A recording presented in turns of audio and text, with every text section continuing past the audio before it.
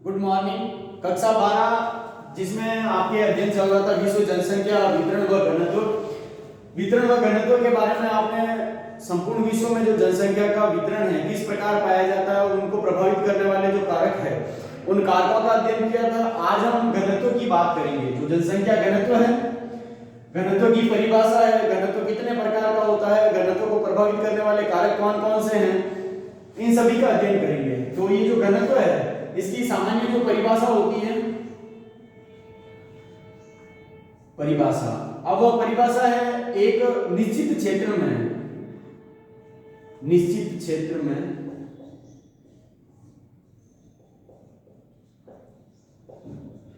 निवास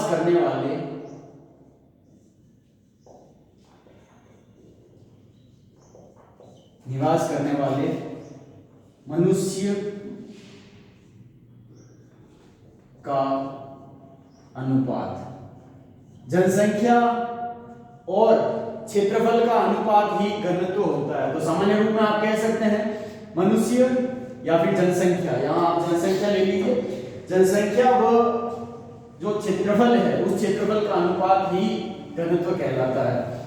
सामान्य रूप में परिभाषा आप इस प्रकार भी कह सकते हैं, जनसंख्या व क्षेत्रफल का अनुपात, इसको कहा जाता है घनत्व। अब घनत्व तीन प्रकार के होते हैं। विश्व घनत्व की भी बात करेंगे। सामान्य रूप से जो घनत्व है वह घनत्व 5 रूपों में बांटा गया है। पहला आता है गणितीय घनत्व। गणितीय घनत्व, अब ये जो गणितीय घनत्व है, सामान्य रूप में घनत्व का अर्थ यही लिया जाता है गणितीय घनत्व के रूप में। यह गणितीय घनत्व जनसंख्या व क्षेत्रफल, कुल जनसंख्या भाजक कुल क्षेत्रफल,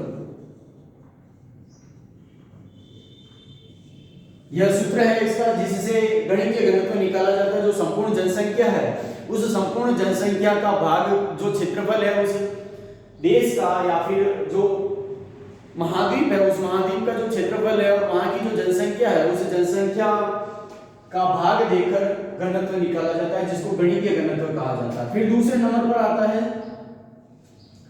आर्थिक घनत्व। अब ये जो आर्थिक घनत्व है यह संसाधन के आधार पर लिया जाता है। संसाधनों की जो उपलब्धता है उस संसाधनों की उपलब्धता व कुल जनसंख्या भाजक संसाधन,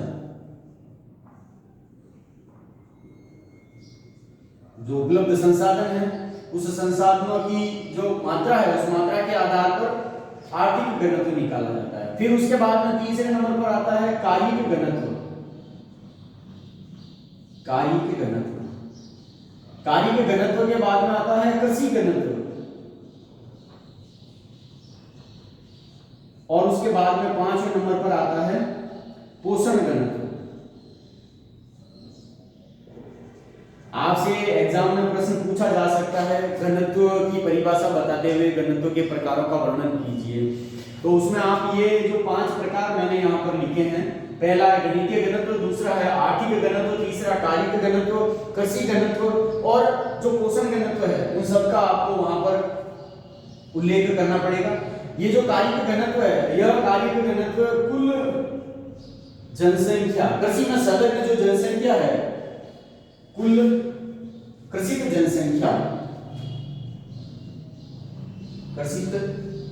जनसंख्या भाजक वहां का जो क्षेत्रफल है, कुल क्षेत्रफल। अब जो लोग कृषि कार्य में लगे हुए हैं और जो कृषि कार्य करते हैं उनको इसमें सम्मिलित किया गया है और वहां का जो क्षेत्रफल है उस क्षेत्रफल को भाग देकर यह कायिक घनत्व निकाला जाता है। इसके बाद में कुल कृषित जनसंख्या जो कृषि कार्य में संलग्न है और कुल कृषि क्षेत्र, इसको कहा जाता है कृषि घनत्व। और पोषण घनत्व, खाद्य जो पदार्थ है वह कितने लोगों को उपलब्ध हो रहे हैं, कितने लोग कुल जनसंख्या भाजक पोषण आधार। इस प्रकार से पोषण घनत्व निकाला जाता है। तो घनत्व की परिभाषा सामान्य रूप में जनसंख्या व क्षेत्रफल के अनुपात को घनत्व कहा जाता है। घनत्व 5 प्रकार के होते हैं। एक गणितीय घनत्व, दूसरा है आर्थिक घनत्व, तीसरा है कालिक घनत्व और चौथा कृषि घनत्व और उसके बाद में पोषण घनत्व। तो इस प्रकार घनत्व और उसके प्रकार। अब संपूर्ण विश्व में जो घनत्व है वह घनत्व 2015 के आधार पर जो जनसंख्या का घनत्व है संपूर्ण विश्व का वह 47 लोग है।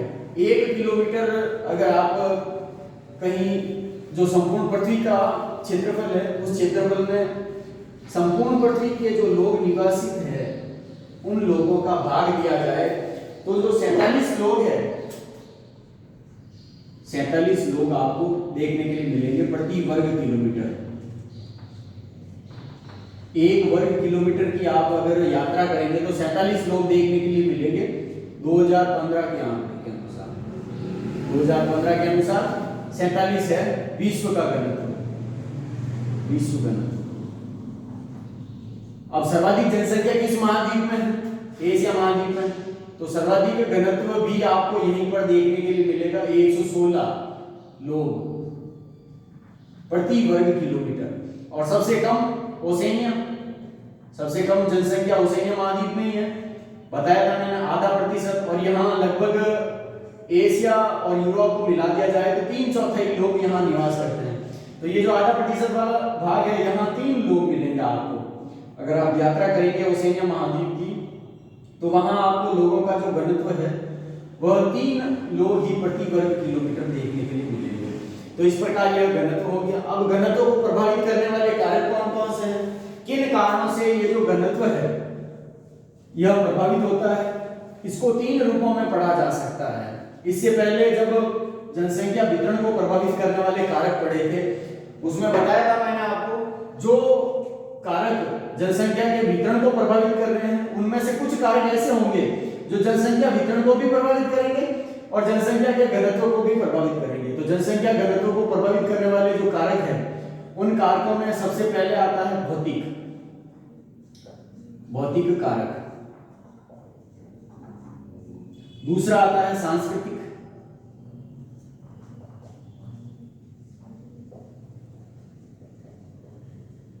और तीसरा आता है मानवीय।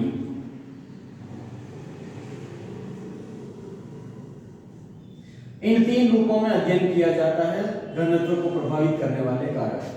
अब ये चीज है घनत्व को प्रभावित करने वाले कारक। भौतिक कारक कौन से हो गए? वितरण में आपको पढ़ाया था मैंने जलवायु, अवस्थिति, जल की उपलब्धता,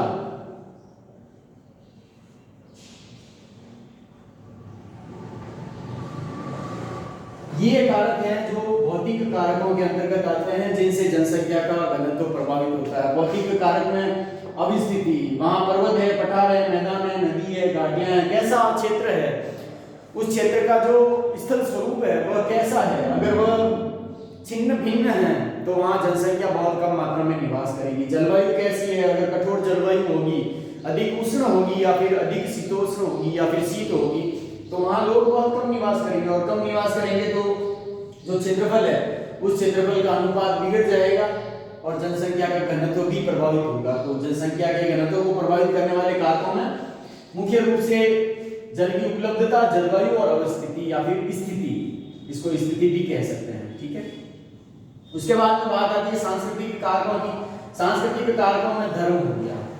एक धर्म विशेष के लोग, जैसे ईसाई ले लीजिए, ईसाई धर्म के लोग, या फिर हिंदू धर्म के लोग ले लीजिए, मुस्लिम धर्म के लोग ले लीजिए। ये जो धर्म है, इन धर्म के लोग आपको किसी एक क्षेत्र में ही देखने के लिए मिलेंगे। जैसे हिंदुस्तान में अधिक मात्रा में लोग रहते हैं तो हिंदू लोग रहते हैं तो उनको हिंदुस्तान नाम दीजिए। पाकिस्तान में मुस्लिम धर्म के लोग अधिक देखने के लिए मिलेंगे, ईसाई धर्म के लोग हैं वो यूरोप महाद्वीप के देशों में देखने के लिए मिलेंगे। तो धर्म वह भाग है जो जनसंख्या के घनत्व को प्रभावित करता है। और सांस्कृतिक कारकों में सामाजिक स्थिति और पारस्परिक निर्भरता,